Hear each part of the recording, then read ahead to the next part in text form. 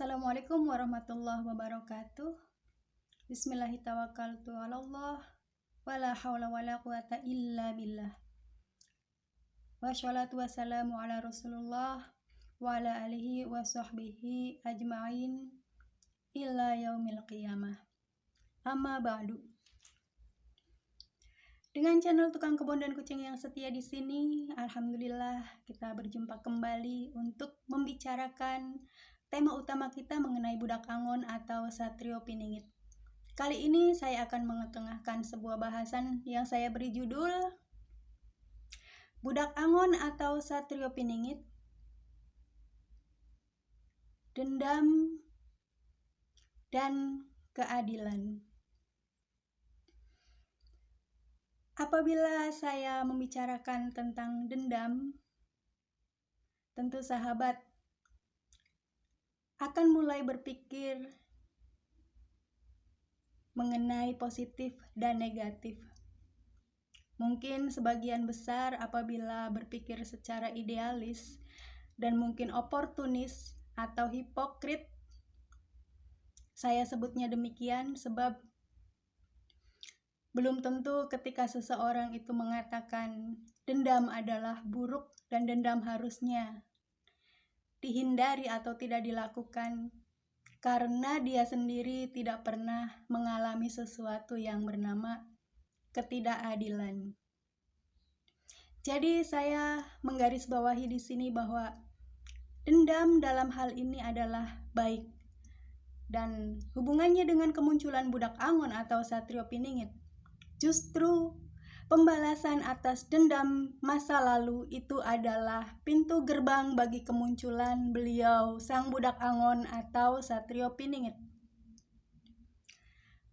Telah menjadi nas yang sangat sahih di mana-mana, baik menurut versi peninggalan para leluhur kita maupun versi lisan atau versi-versi lainnya. Sudah menjadi sesuatu yang maklum bahwasanya kemunculan beliau budak angon atau Satrio Piningit akan didahului oleh peristiwa besar yang dikenal dalam sebutan beliau Prabu Jayabaya dalam istilah goro-goro atau keributan-keributan besar yang sangat luar biasa kejadiannya tidak hanya menimpa Pulau Jawa, negara Indonesia, bahkan juga dunia.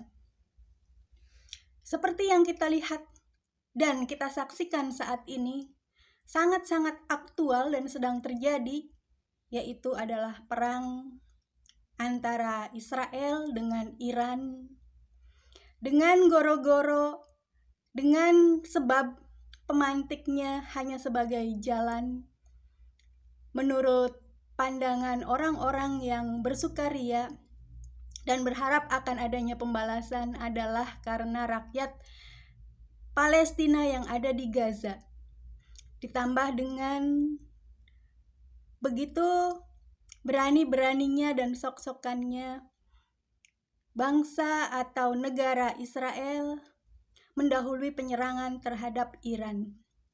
Di sini sahabat, dari peristiwa Israel dan Iran, di mana kejadiannya saat ini bahwasanya Israel sedang digempur habis-habisan oleh bangsa Iran, oleh negara Iran, menimbulkan sukaria yang luar biasa, euforia yang sangat meriahnya di penjuru dunia oleh para warga dunia, tidak hanya berhubungan dengan satu agama tertentu atau keyakinan tertentu, tetapi adalah kemanusiaan.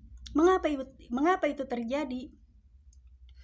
Karena ada rasa sakit, ada rasa ketidakadilan yang muncul menguar, menggelora di hati para manusia atas tindak kesewenang-wenangan bangsa Israel terhadap warga Gaza atau terhadap warga Palestina secara umum.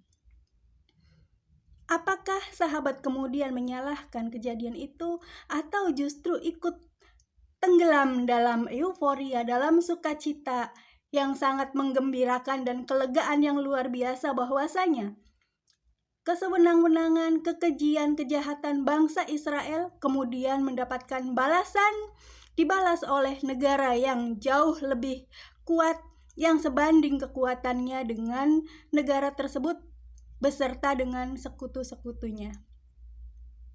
Silahkan menjawab dengan sejujur-jujurnya. Sahabat, demikian pula halnya dengan kisah budak Angon atau Satrio Piningit. Gara-gara atau goro-goro keributan besar, bencana luar biasa yang akan terjadi di negara kita ini, sumber utamanya adalah karena ada rasa dendam. Dendam bukan karena iri dengki, tetapi dendam karena ada rasa ketidakadilan. Ada rasa tuntutan terhadap ketidakadilan yang pernah berlaku dulu-dulu.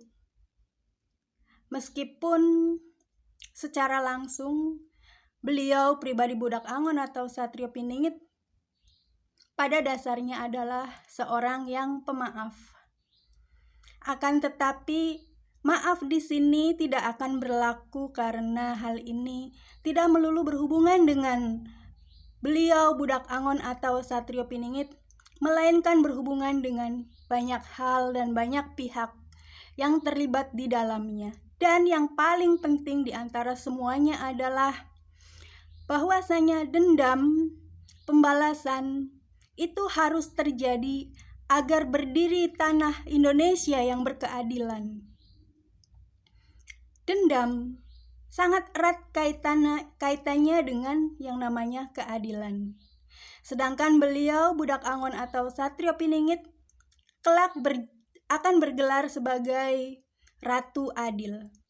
Bagaimana mungkin beliau akan menanggung, akan menyandang gelar Ratu Adil apabila beliau tidak menegakkan sesuatu yang berkaitan dengan keadilan. Demikianlah maka terjadinya goro-goro, terjadinya bencana-bencana besar, keributan-keributan luar biasa tidak akan pernah terhindarkan. Meskipun para wali yang sangat mustajab doanya di negeri kita ini, bahkan di seluruh dunia, memanjatkan doa kepada Allah bahwasanya, ya Allah, janganlah Engkau timbulkan bencana di negeri Indonesia, atau janganlah Engkau biarkan dendam masa lalu itu menuntut balasannya. Itu tidak akan pernah terkabulkan. Karena apabila Allah mengabulkan yang demikian, secara tidak langsung Allah pun mengakui bahwasanya Dia tidak adil. Sedangkan Allah sendiri menyediakan yang namanya surga dan neraka sebagai balasan. Apabila ada balasan, apakah itu bukan berarti ada dendam atau ada rasa terima kasih?